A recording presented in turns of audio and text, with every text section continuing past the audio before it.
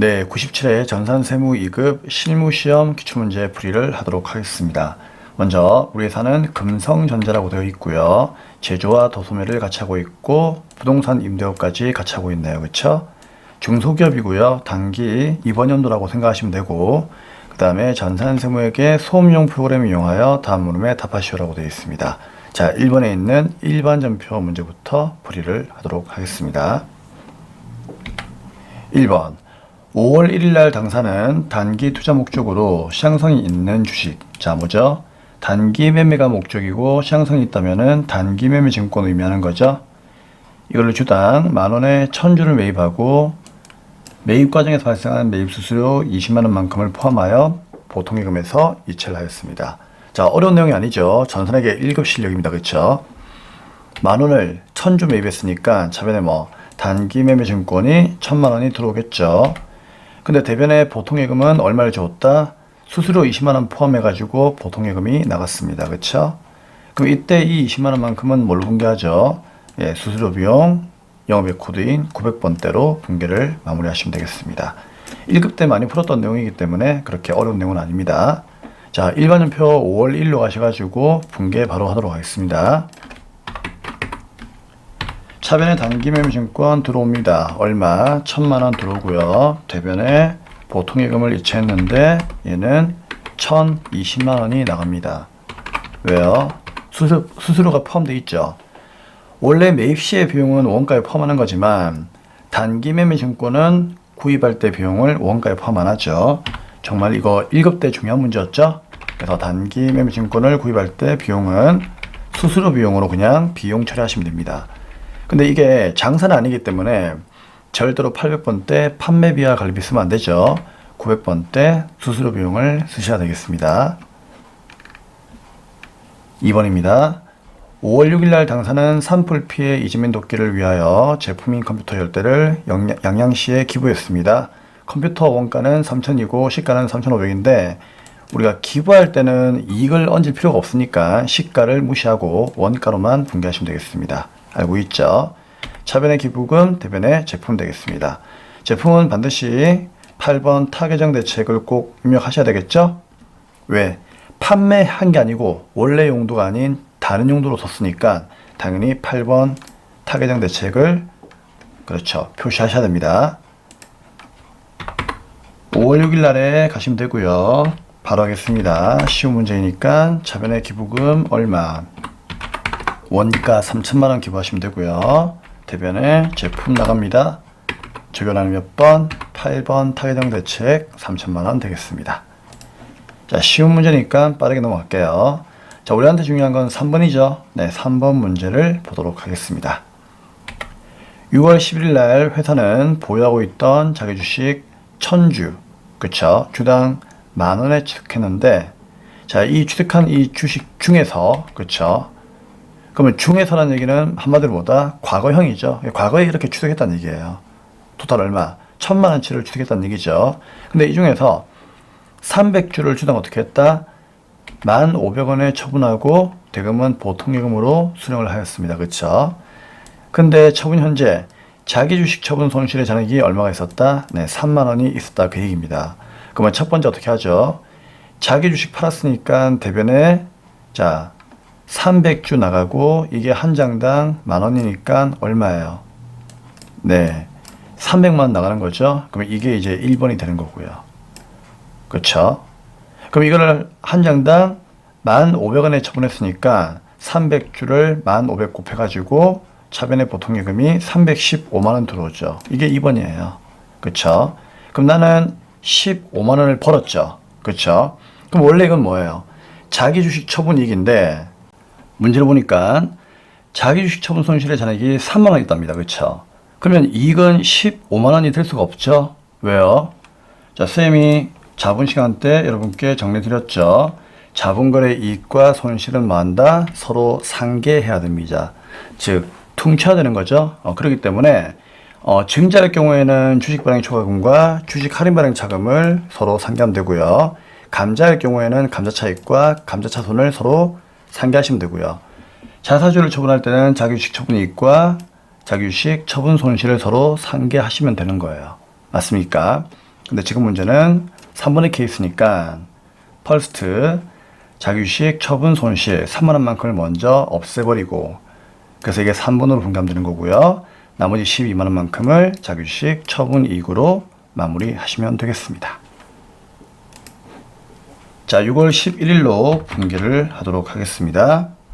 자, 대변에 일단 뭐가요? 자기주식이 나가죠. 자, 얼마 나갔습니까? 네, 300만원이 나갑니다. 근데 차변에 보통예금은 얼마가 들어온다고요? 315만원 들어온다고요. 그래서 대변에 15만원 벌었는데 기존에 손실이 있다 보니까 대변에 자기주식 처분 손실 먼저 제거하고, 즉 상계하고요. 얼마? 3만원. 나머지 12만원만큼을 대변에 자기주식 처분 이후로 마무리를 하시면 된다, 그 얘기예요. 어려운 내용이 아니죠. 그래서 이 문제가 우리 전산세무에서는요 굉장히 많이 출제가 되고, 요즘에는 시험을 칠 때마다 출제가 되기 때문에 꼭 공부를 하셔야 됩니다. 네, 다음은 이제 4번 문제를 풀어볼게요. 7월 1일 당사의 기계장치가 출원가 3천만원이고 감가상각 누계액이 550이죠.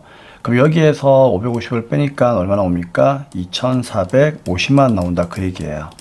자, 여기 체크할게요.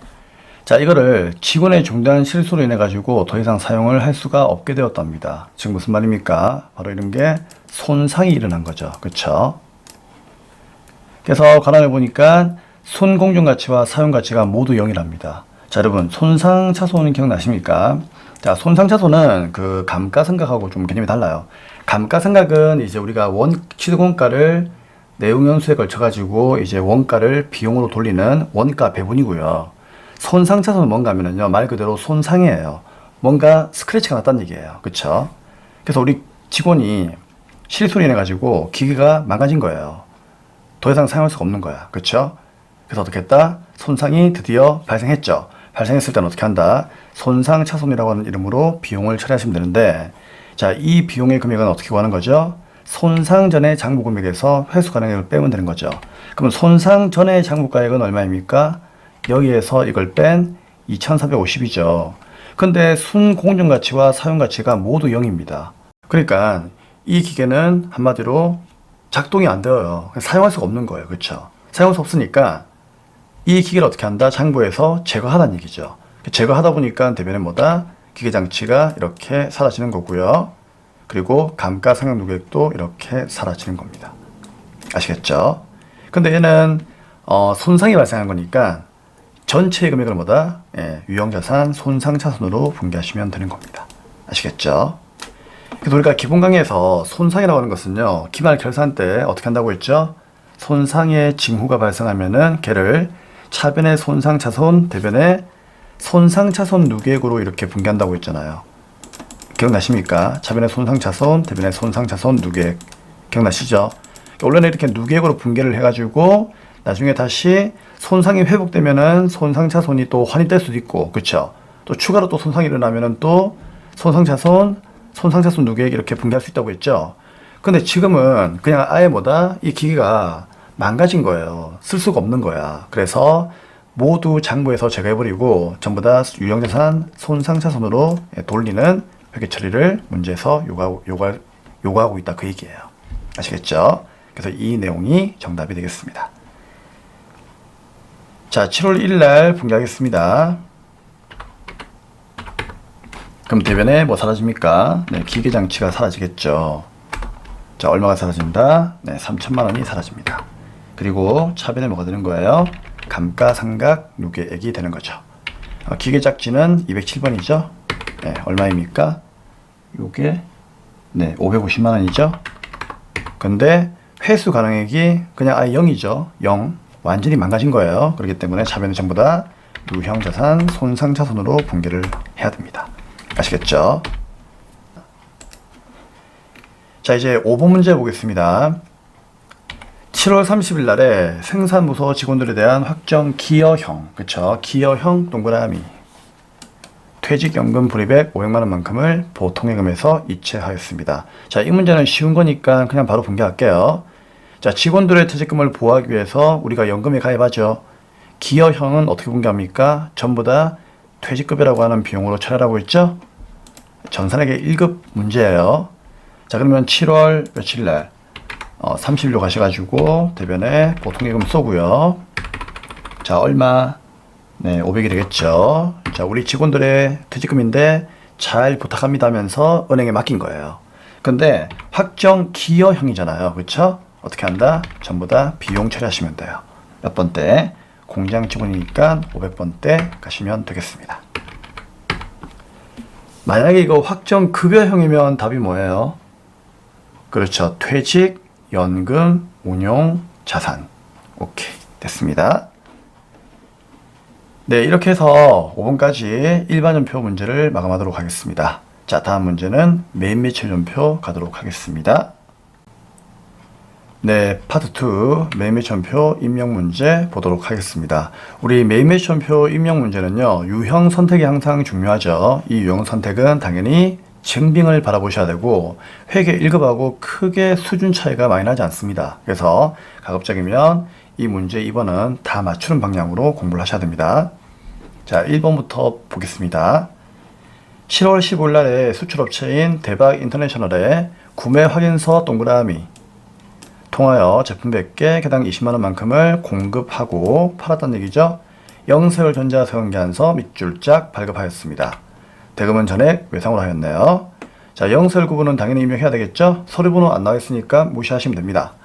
자, 그러면 매일 매출표 가셔가지고 7월 15일로 놓으셔야 되겠죠. 자, 우리 문제 보니까 이거 매입이에요, 매출이에요?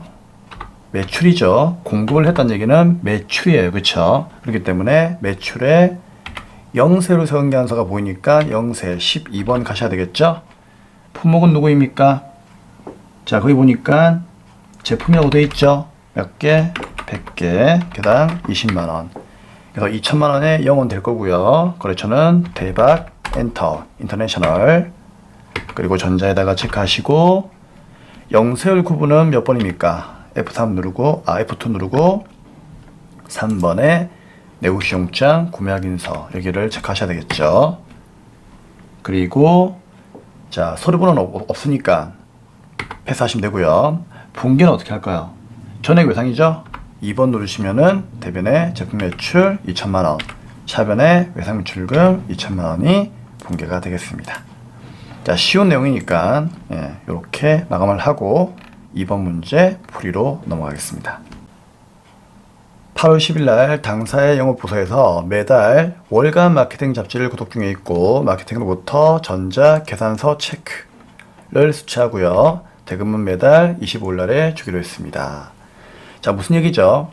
우리 회사가 이제 업무상 마케팅 잡지를 받아보고 있다는 얘기죠. 그리고 나서 돈을 주는 거니까 당연히 이거는 매입이죠. 마케팅 잡지를 매입하는 거죠. 그럼 매입에 계산서니까 면세로 가야 되겠죠. 세원계한서가 아니죠. 계산서니까 면세예요. 그리고 잡지와 같은 도서는 면세라는 거 알고 있죠. 그래서 8월 10일 날에 매입에 면세로 가시면 되겠습니다. 몇 번입니까? 53번이죠. 자, 품목은 뭐 잡지라고 쓰시면 되고요. 금액을 보니까 문제 얼마 나와 있습니까? 네, 뭐 한 개 3만 원인데 수량 한 개면은 굳이 적을 필요 없죠. 그래서 그냥 3만 적으시면 되고 거래처는 누구? 마케팅이라고 적으시면 되겠습니다. 전자 세원계한서니까 전자에 체크하시고요. 자, 분계는 어떻게 할까요? 자, 이거 우리 돈 안 줬죠. 왜 그런가 하면은 매달 25일 날에 주기로 했다. 그러니까 그런 거죠. 우리가 책을 받아보는데 이렇게 한 달 지날 때마다 이렇게 책값을 고정적으로 매월마다 주는 거죠. 그쵸? 정기 구독하는 거죠. 그래서 10일 날인데 25일 날 주기로 했다는 얘기는 아직 안 주었으니까 미지급금으로 분계를 하시면 되겠습니다. 그럼 혼합 가시면 되고요. 차변에 도서, 인쇄비, 비용 발생하죠. 몇 번대? 당연히 800번대가 되겠죠. 영업부에서 받아보니까. 그리고 대변에다가 미지급금으로 분계를 마무리하시면 되겠습니다. 자, 쉬운 문제니까 뭐 크게 어려운 내용이 아니죠. 네, 설명은 이 정도까지만 하고 3번 문제 보겠습니다. 자, 3번은 8월 20일 날에 생산부서 직원의 생일을 축하해 주기 위해서 생산부서에요. 회식을 하고 카드 결제한 후에 아래 증빙을 수취했습니다. 카드에 체크. 해당 음식점은 일반 과세자이니까 당연히 매입세공제가 되겠죠. 자, 카드 점표가 나오겠습니다. 그럼 당연히 매입의 카드 과세가 되겠죠. 자, 8월 20일로 가겠습니다. 자, 이 문제도 어려운 문제가 아니네요. 매입의 카드 과세 57번 가시면 되고, 품목은 뭐 회식하면 되겠죠. 금액이 얼마입니까? 부가세에는 포함해가지고 35만 7,500원이죠. 그래서 35만 7,500원을 입력하시면 되겠죠. 왜요? 이렇게 입력을 해야만 공급가액과 부가세를 이렇게 잘라주잖아요. 그쵸? 그래서 32만 5천원, 32,500원 해가지고 이렇게 부가세하고 나눠주는 겁니다. 알고 있죠? 거래처는 누구입니까? 네, 제주 수산이라고 되어 있죠. 그리고 신용카드에다가 체크해야 됩니다. 무슨 카드? 보니까 카드사에 보니까 뭐라고 되어 있습니까? 이거 우리 카드라고 되어 있죠. 그래서 우리 카드 체크하시면 되고요. 분계는 카드로 가시면 되겠습니다. 차비는 뭘까요? 회식했으니까 직원들이 기뻐하겠죠. 우리 회사 좋은 회사, 그쵸? 그럼 뭐다? 복리후생비가 되는 거예요. 제조부에서 회식했으니까 500번대, 카드는 외상이니까 대변에 미지급금, 거래처, 우리 카드까지 확인을 해주시면 되겠습니다. 다음 4번입니다. 9월 11일 날에 사업자 등록 중에 없는 비사업자 한석규 씨가 있는데, 자, 이분께 제품을 132만원 부가세 포함되어 있어요. 잘라야 되겠죠? 현금 판매하고 현금 영수증 체크 발급하겠습니다. 그럼 판매하고 현금 영수증이니까 9월 10일 날의 유형 선택은 어떻게 되겠습니까? 매출에 현금 과세가 되겠죠. 22번 가시면 되겠습니다. 품목은 누구입니까? 제품 팔았다고 되어 있죠. 그리고 금액은 카드와 마찬가지로 부가세를 포함한 금액 132만원 적어주시고 엔터 치면은 112만원 이렇게 잘라줍니다. 됐죠? 자, 거래처는 한석규라고 적으시면 되고요. 자, 전자는 아니죠. 죄송합니다. 분계는 어떻게 하면 된다? 전에 현금 주었으니까 1번 누르시면은 대변의 제품 매출 120 맞죠? 부가세 수금 12만원, 자변의 현금을 알아서 자동으로 분계해 주니까 확인만 하고, 그렇죠. 다음 문제 풀면 되는 거죠. 자, 이제 마지막 5번 문제 풀도록 하겠습니다. 9월 30일 날 당사는 광고 사랑과 1년간의 영업 목적 광고 용역 계약을 체결했고요. 세원계약서를 수취했습니다. 1년 기준 광고비는 132만원 부가세도 포함되어 있죠. 보통예금으로 지급했고, 자, 전자세원계약서 체크했나요? 네, 이거 체크해야 되겠죠? 비용으로 처리하라고 되어 있습니다. 그럼 광고비를 비용 처리하라는 얘기는 무슨 말이죠? 예, 광고 선전비로 분계하라 그 얘기예요. 혹시 우리는 전산세무이급이니까 이런 거 알고 있겠죠? 만약에 이 광고비를요, 자산 처리하세요 라고 나왔다면 그때는 답이 뭐예요? 그때는 선급 비용이에요. 이런 것도 이제 알아야 된다, 그렇죠? 요즘에는 문제가 정말 이상하게 나오기 때문에 이렇게 나올 수 있단 말이에요, 그렇죠? 꼭 확인하셔야 됩니다. 자, 그러면 일단은 세원계약서를 받아왔으니까 내가 뭔가를 매입한 거죠, 그렇죠? 광고라고 하는 용역을 매입한 거잖아요, 그렇죠? 그럼 매입하고 세원계약서니까 매입의 과세가 되겠습니다. 그러면 9월 30일 날 매입의 과세 51번 될 거고요. 품목은 광고라고 적으시면 되고, 그쵸? 과로라고 적었네요, 그쵸? 네, 과오가 아니에요. 저의 과오가 있는 건 아닙니다. 죄송합니다. 썰렁하네요. 자, 광고라고 적으시면 되고요. 자, 공급가액은 얼마? 이거는 부가세 포함인데 132만원 해봤자 이거 안 잘라지죠, 그쵸? 그렇기 때문에 어쩔 수 없다. 132만원을 나누기 1.1을 하세요. 그러면은 120만 나오죠. 그게 공급가액이고 부가세는 12만원 맞춰줍니다. 거래처는 광고 사랑이 될 거고요. 그리고 전자에다가 체크를 하셔야 되겠죠. 전자 세원계약서니까. 분계는 어떻게 한다? 보통예금 주었으니까 혼합과 하셔야 되겠죠. 차변에 비용 처리라고 있으니까 광고 선전비, 그쵸? 대변에 보통예금 주었으니까 보통예금 나간다. 이렇게 분계를 하시면 되겠습니다.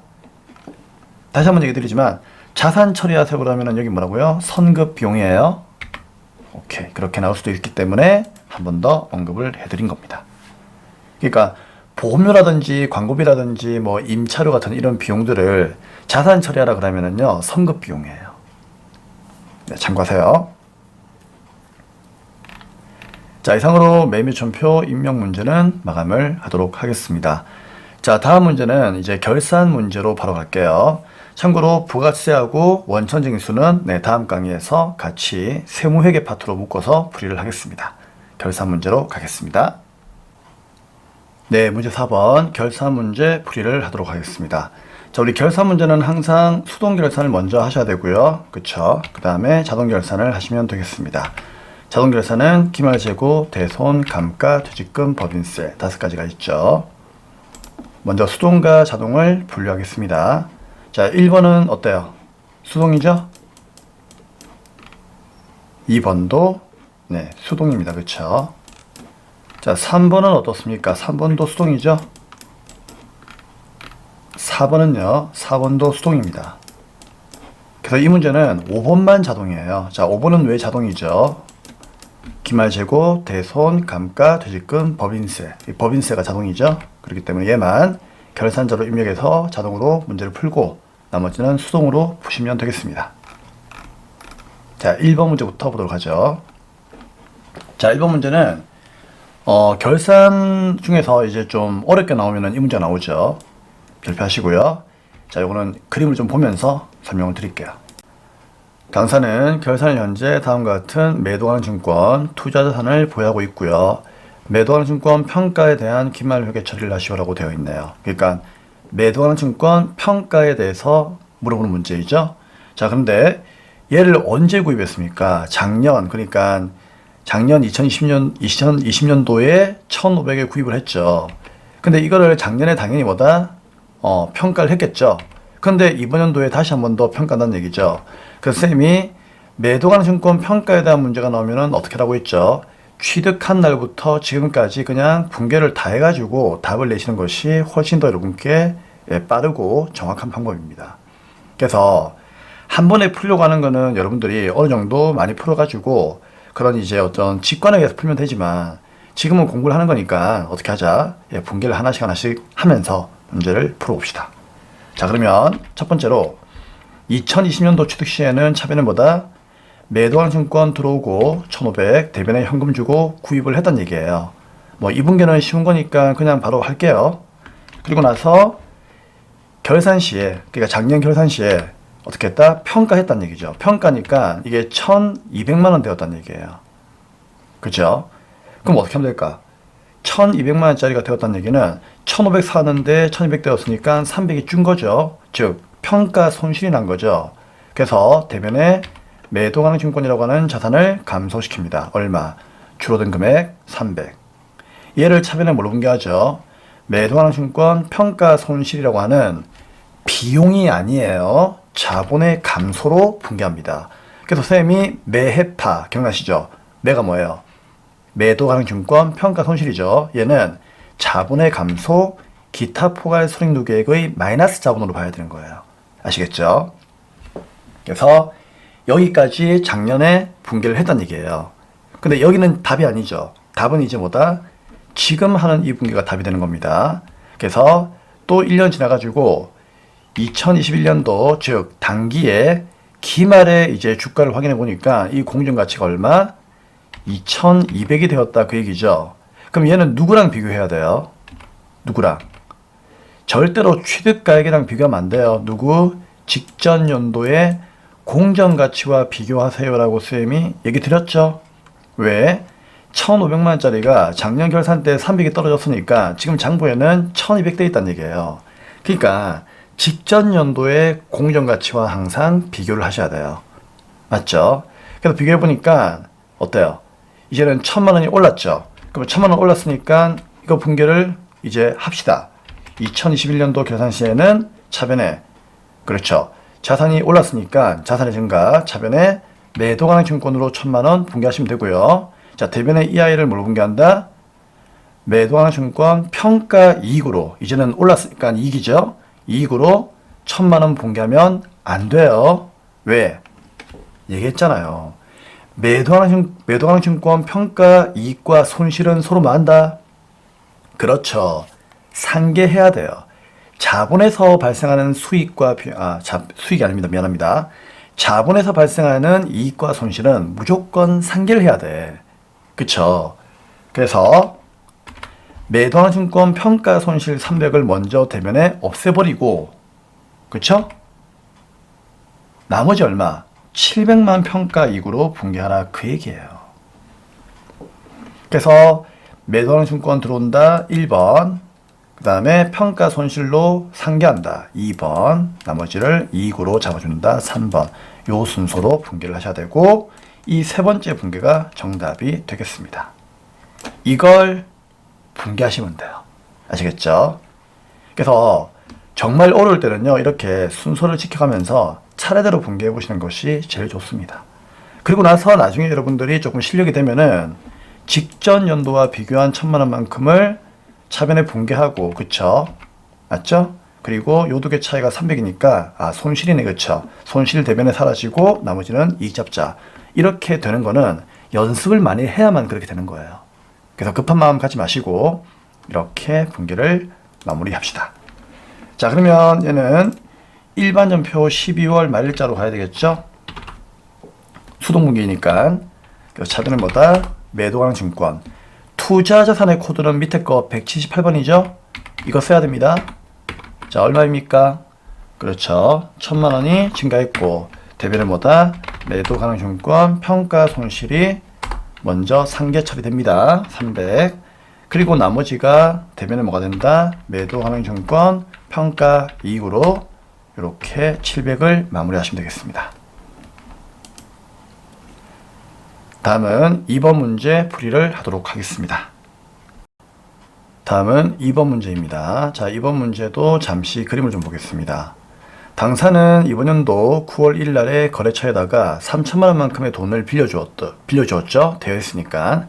그리고 이 이자를 받아야 되는데, 이 이자는 지금 당장 받는 게 아니고 다음 연도, 그러니까 내년도 8월 말일 날에 받기로 했죠. 그러니까 1년 지난 다음에 받기로 약정했다 그 얘기예요.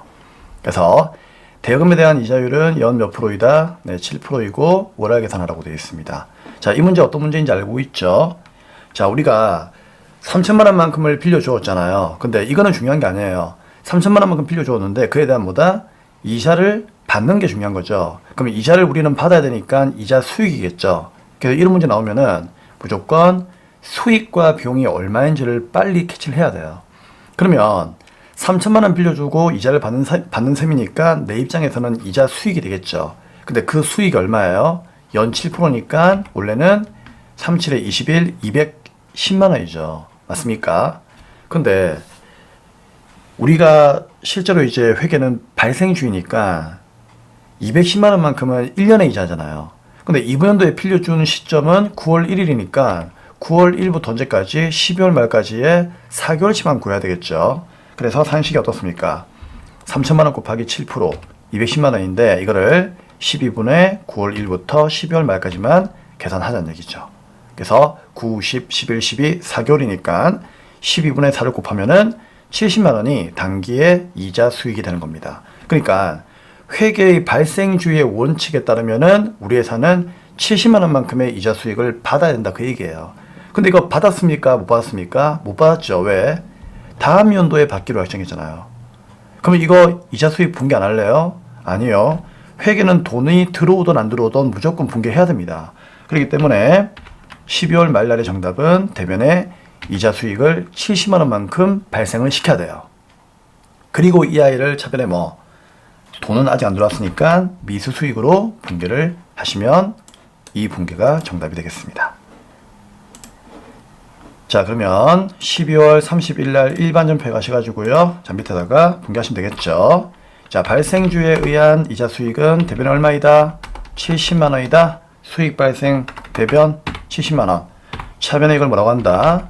하지만 받지를 못했다. 그래서 미수 수익으로 분개를 하시면 되겠습니다. 다음 3번 문제 보도록 하겠습니다. 자, 3번은 쉬운 내용이죠. 전기에 유동성 장기부채로 대체한 중앙은행의 장기차입금. 조금 어렵겠다, 그쵸? 네. 자, 일단 볼게요. 장기 차입금 2천만 원에 대해서 자금 사정이 어려워서 상환기간을 2년 연장하기로 계약하였습니다. 자, 이거 별표. 이게 어려운 건 아닌데 가끔씩 이렇게 나와요. 자, 이게 무슨 말인가 하면은 그냥 쉽게 그냥 선생님이 간단하게만 적어 드릴게요. 작년에 유동성 장기부채로 붕괴했다는 얘기는 차변의 장기 차입금이 사라지면서, 맞죠? 그러니까 작년 결산 때 대변의 이하를 뭘로 붕괴했다? 유동성 장기부채로 이렇게 붕괴했다, 그 얘기예요. 그쵸? 그래서 이번 연도에 뭐다? 얘를 갚으려고 했는데 우리 회사가 너무 자금 사정이 어려워가지고 어떻게 한다? 미안한데 연장하자, 그 얘기예요.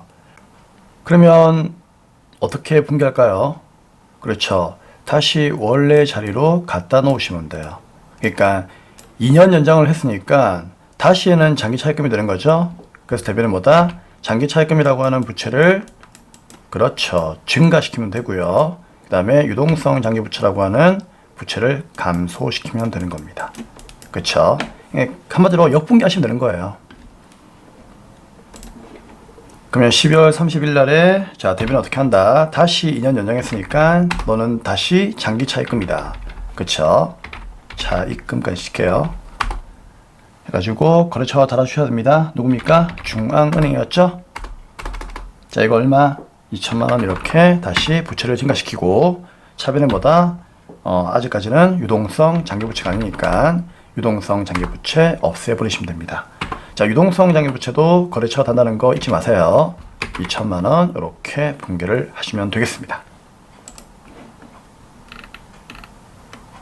다음 4번입니다. 회사는 자금을 조달 목적으로 사채를 아래와 같이 발행하였습니다. 이 외의 다른 사채는 없다고 가정하고 결산 시점에 적절한 회계처리를 하시오. 자, 우리 사채 배웠죠? 자, 사채를 배웠는데, 자, 밑에 보니까 내용이 액면가액이 1,000만 원인 사채를 우리가 이번 연도 1월 1일 날에 할인 발행했대요. 그쵸? 그럼 당연히 사채 할인 발행 자금이 생겼겠죠? 기억납니까? 할인 발행을 왜 했을까요? 그렇죠. 우리 회사가 주는 액면의 이자가 작기 때문에 그만큼 선이자를 떼고 발행한 거죠. 그래서 발행가액이 어때요? 낮게 발행했다는 얘기죠. 그럼 요 차액이 바로 뭐예요? 그렇죠. 우리가 이자가 작기 때문에 그 차익만큼을 더 보상해 주었다, 그 얘기죠. 그렇죠? 액면 이자는 연 3%입니다. 그러니까 우리가 의무적으로 줘야 되는 이자는 3%예요. 그러면 1,000만 원에 3%니까 얼마입니까? 30만 원이죠. 무조건 연간 30만 원만큼의 이자는 꼭 주셔야 되는 겁니다. 근데 유효이자는 얼마이다? 그렇죠. 즉 고객이 요구하는 이자는 5%라는 얘기죠. 5%. 그래서 액면 이자는 매년 말 현금으로 지급했고 유효이자율법에 의해서 상각을 한답니다. 원 단위 미만은 절사하기로 한다. 자, 어떻게 하면 되죠? 자, 일단 다른 건 모르겠고 우리는 유효이자에 의해서 이자 비용을 분개해야 되겠죠. 그럼 유효이자는 어디에 곱하는 거예요?